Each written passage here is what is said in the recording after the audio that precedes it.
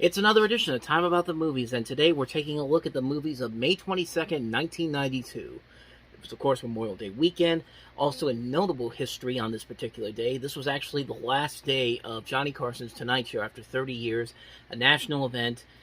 And 3 days later, Jay Leno eventually premiered on The Tonight Show, and he had a long run. So, a little bit of interesting history there, but you're here for the movies, and we have 4 movies here to look at today. Most of them are not very good, but they are interesting to talk about, to say the least. So let's go ahead and jump on into it. Let's start with the first movie that we have here.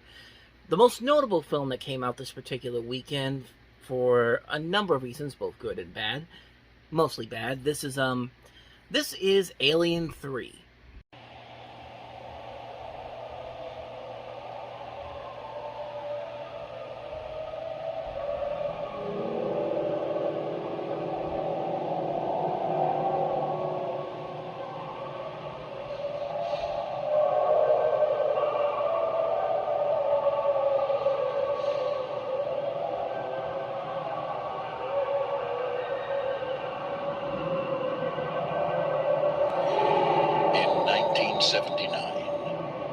We discovered in space, no one can hear you scream.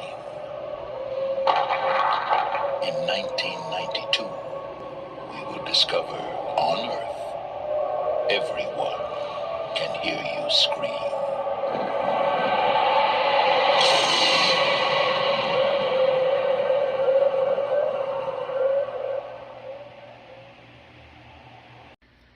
Wow, that sounds amazing. Too bad it wasn't the movie we got. I mean, talk about one of the most misleading trailers of all time. I mean, nothing like that happens in the movie. Now, from what I was told, that was actually part of the earlier script that they had that they eventually decided not to do. But still, though, I mean, talk about one of the most misleading trailers of all time. But don't worry, we eventually do get the alien on Earth. It was unfortunately in a terrible Alien movie, Alien vs. Predator Requiem. But this movie is really not that good. I mean, it's a bad movie. It really is. I mean, right from the get-go, it basically destroys most of the stuff that happened in Aliens.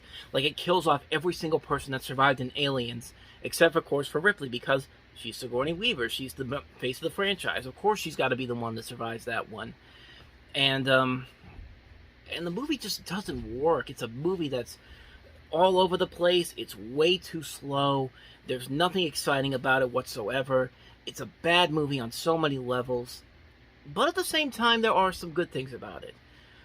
For one thing, the visual effects are still very impressive. I mean, there's a lot of stuff in this movie that still holds up to this very day. There's some great visual effects that still hold up, some great practical effects.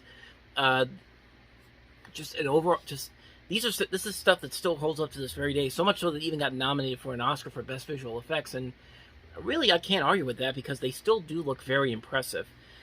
And also, considering what follows after this movie, this one is bad, but I've seen much worse. I mean, Alien Resurrection I still think is the worst one of this series. The Alien vs. Predator movies are still terrible. I'm not the biggest fan of Prometheus. I know a lot of people are. I guess that's probably the best thing to come out of this series since Aliens. And I really didn't like Alien Isolation. I think that this series the series never really could live up to the hype of the first the Alien sequel. Aliens, James Cameron's Aliens, I should say. But those are really only the few positive things I have to say about it. And there are some memorable moments in here too. I mean, the moment where the alien has Ripley to the wall, and the alien opens up, and it's another alien mouth. I mean, that's one of the few things that still holds up with this movie. The ending for this movie is atrocious, and it's just a bad movie. It's just like the ending for this movie is completely ridiculous. The fact that apparently Sigourney Weaver only did this movie only for Ellen Ripley to die at the end, which. Thank God that didn't. Which it's a good thing that didn't work, because she was eventually back in the series 5 years later with Resurrection, and even worse in that movie. Like, at least in this movie, she was still her character. Alien Resurrection is, like I said, it's a mess of a film.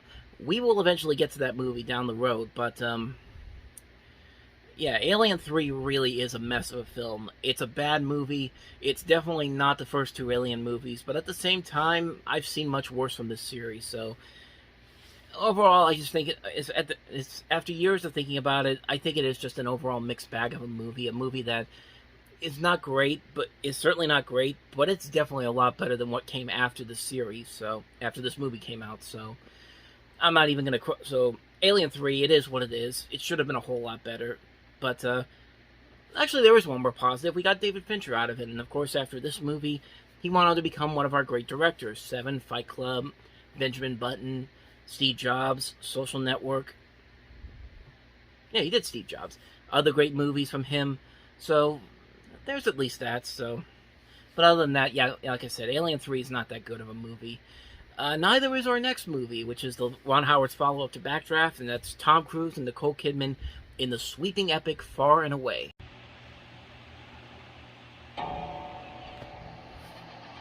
For hundreds of years, his people worked the land, but they could never own it. They're burning our house!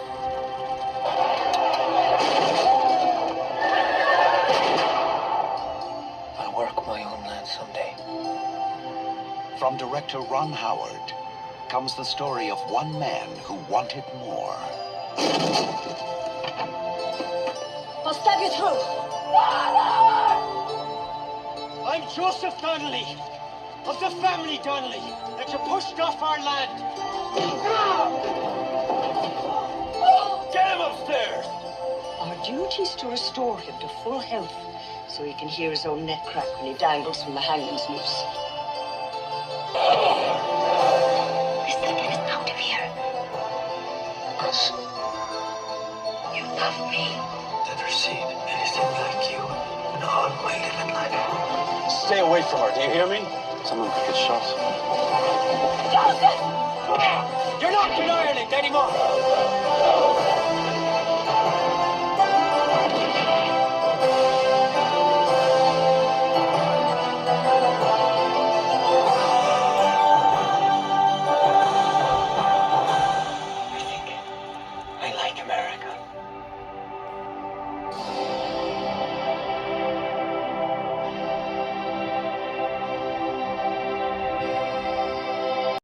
I mean, talk about a movie that was trying to be the next great epic, like Dances with Wolves. Like, they were hoping for an Oscar with this movie, and I mean, there are literally promos that tell you what type of cameras they use, what type of cinematography they used. This was the first film shot in Panavision Super 70, and it was actually the first film shot in 70mm since Tron 10 years prior. And that would be something interesting if the movie actually was good, and it's not. I mean, its biggest problem overall is that it is too much of an Oscar bait type of film. I mean, you got Tom Cruise spawning a really lackluster Irish accent, I think. Yeah, it's an Irish accent. And then you have Nicole Kidman in here. It's basically another never work with your spouse type of thing, because most of the time it doesn't really work out. Although I will say Tom Cruise and Nicole Kidman did eventually make a movie where they were together, but it was still a really good movie, Eyes Wide Shut. But again, we'll get to that one down the road. But other than that, though, for the most part, this just feels like a movie that was made specifically for an Oscar bait reasons. Like Universal was trying to push this for an Academy Award or something, then to push Ron Howard into an Academy Award position, and it just doesn't work here. It just really, it's not for its lack of trying. There are elements in here that I think do work. I think the score by John Williams is pretty good.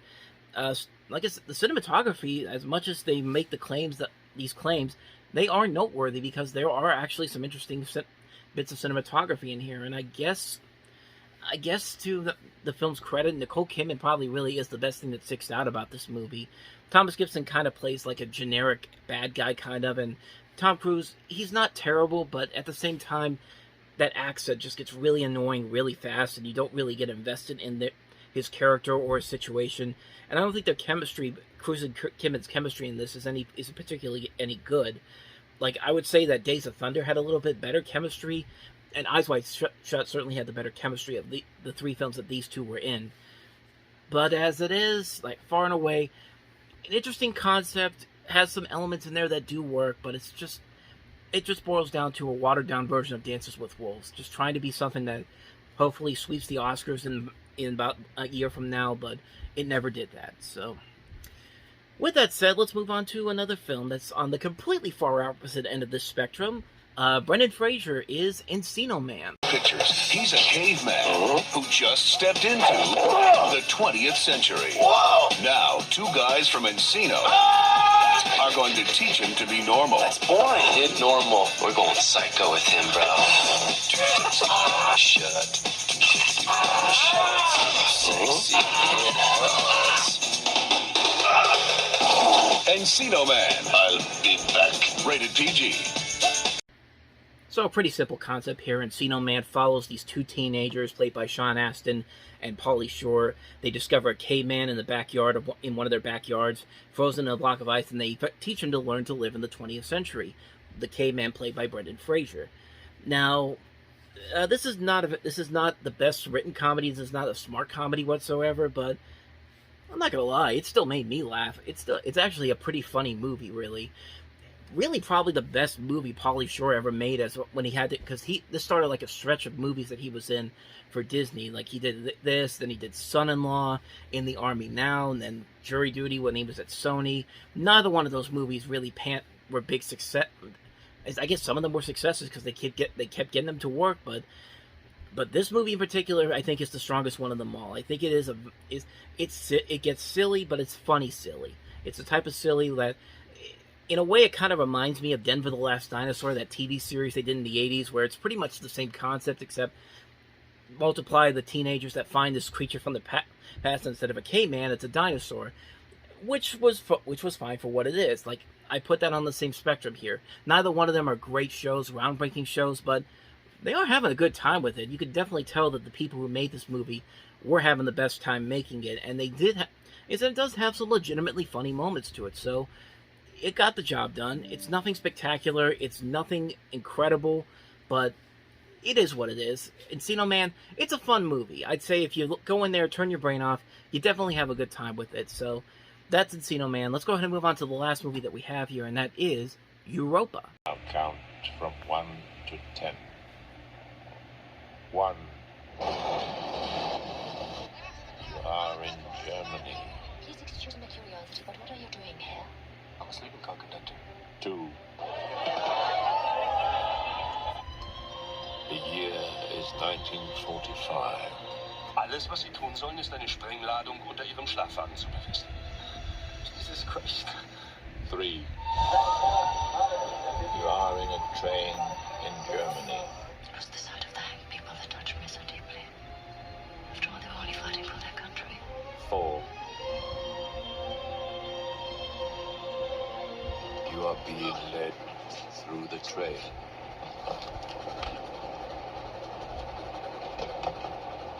5. You are led through carriages you never knew existed. It's time someone showed this country a little kindness. Aber Sie sind ja wirklich ein echter Idealist, Herr Kessler. Back into your compartments now! 6. You love her.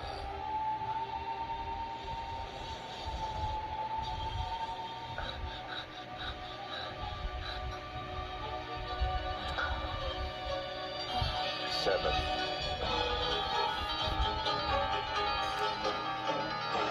You experience the fear of being on a train.